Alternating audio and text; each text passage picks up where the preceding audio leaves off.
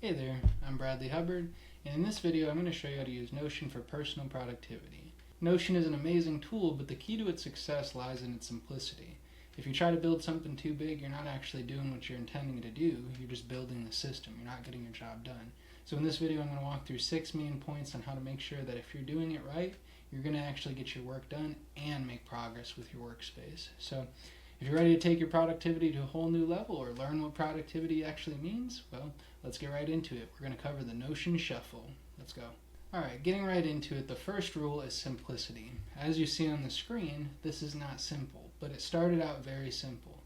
And the beautiful thing about learning to run is you have to learn how to walk and crawl first. So everything you're seeing here started off of a very simple idea. I need to get something done and I need to check it off my list. So it started out as a very simple tasks hub over here. I had my calendar, but as we're going, I've been using the same system for so long, I've completed 873 tasks in my personal dashboard. So how did we get to 873 tasks? Well, it started out by using the basics, because if I needed a task manager, well, I understand that I'm going to start with a very simple to-do list.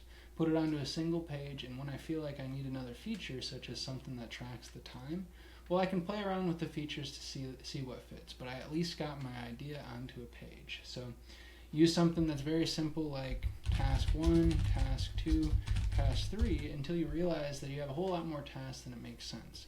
Once it makes sense, you can move that over to a full inline database. So this would be your all tasks database, and you would put it at BC because that's my personal database over here. So all of my tasks are now in this single place where if I drag it over, I can now attach things to it.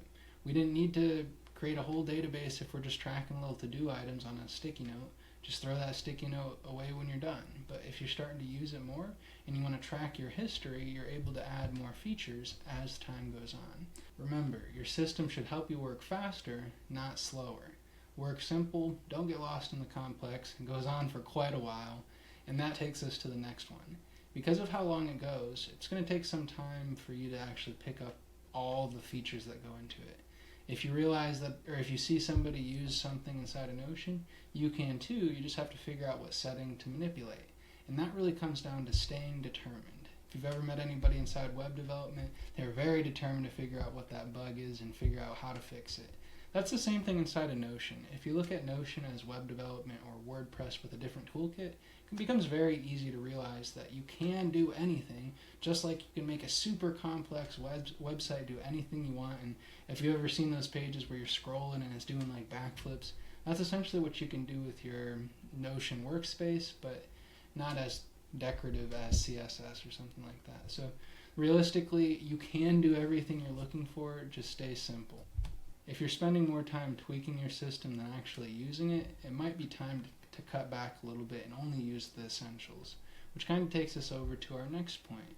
If you haven't played around with the template options inside of Notion, you can come over here and basically find a pre-built setup for anything that you need. So rather than tweaking your own system, you can always use business starter kit directly from Notion, brand persona kits. You can kind of get as in-depth as you need to find it and search for that template. It's the easiest way to build a system is to use somebody else's system, and if David Allen created a Notion system, I'd probably download that myself. So use any productivity system out there and you're going to do okay. And once you have a template created or duplicated in your own space or your own system made up, the next step is to review it regularly. The ideal productivity system doesn't require a review, but that ideal doesn't exist. We understand that once you put something into your system, there is going to be a natural review. So you have things like a processing board where you can go back to it. You have a system to go to all of your notes, view your notes by projects, view your notes by the area of your life. And you don't really need to do that until you have it built out in that simple format. Once you have it built out though, you're able to create a regular review where there's a single dashboard. You go to one place and you kind of go to that every single day and aggregate whatever's important to you. Goals, notes, projects, and tasks. I go to this single place, review it in my morning, review it at night, and be sure that anything that was asked of me, I'm not forgetting it. And if during that review you notice that it's time to adjust your system, well, that comes down to tip number 5. Set limits to avoid over tweaking. as I've mentioned, everything you see here started from a single page. Found templates to realize that this is my own personal format, and I started putting that into the system that I want. I haven't updated my daily highlight in so long because I come here and I find everything that I'm supposed to do. But when I was tweaking it, I used to spend like hours going into a single function, and it really didn't increase my productivity. It made it look better, but the system wasn't necessarily better. So it was kind of a waste of time, and I had to realize that there's something called a done trigger. When I'm done optimizing my workspace, that means I have to move on to the next thing. And you have to set that limit for yourself. Whether that means the end of the task, you're going to stop it right there, or you set a time limit that you have to move on to the next task. You have to have that limit so you don't overdo it. Otherwise, it's very simple to get lost in the complex features and not really do what you're supposed to do. Which moves us on to our sixth and final point. Use Notion's inherent time-saving features. If you look at where everything I have built out, yeah, it looks a little bit cluttered, but for me, because I've built this out once, I know that I can go to my upcoming tasks and see that view, or see whatever view I need. Do I want to see it by upcoming today? Do I want to see it by this week, month, quarter, or due next? And because I've built this out, I never need to build it out again. I don't have to, on the fly, filter a database. I only added that advanced feature when I wanted to go look for it later. So if I want to go see all my completed tasks, you can see it completed yesterday, calendar, timeline, and I only add those when I need them. Use features like filters and sorts only if they genuinely save you time. There's a lot of stuff that might seem like it saves you time, but if you set it up once and you come back to it 4 times, that's going to save you time. But if you set it up once and you only come back to it once, it might not make sense to go that extra mile and keep using those advanced features. Just keep something simple, keep it basic, and keep it moving. And before we wrap up, let's cover the 6 key takeaways that make Notion effective for yourself. First up, we had start simple, don't overdo it. You can get lost in the complex, they go for infinite. Next up, we had stay determined. Use the system you create, but don't waste time tweaking it. Stick with that system forever, and it will get better with you.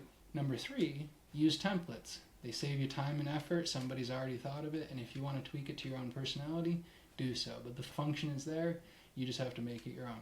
And 4, regularly review. Keep your system clean and functional. The more that you go back to it, the more that you use it, the smoother it gets and the better your review becomes. So build it out, use it, and keep it simple, but review it regularly. 5, set limits. Don't get lost in a system, and remember that done trigger. Every single action has one. Make sure that you're keeping with it, and when you identify it, stick to it.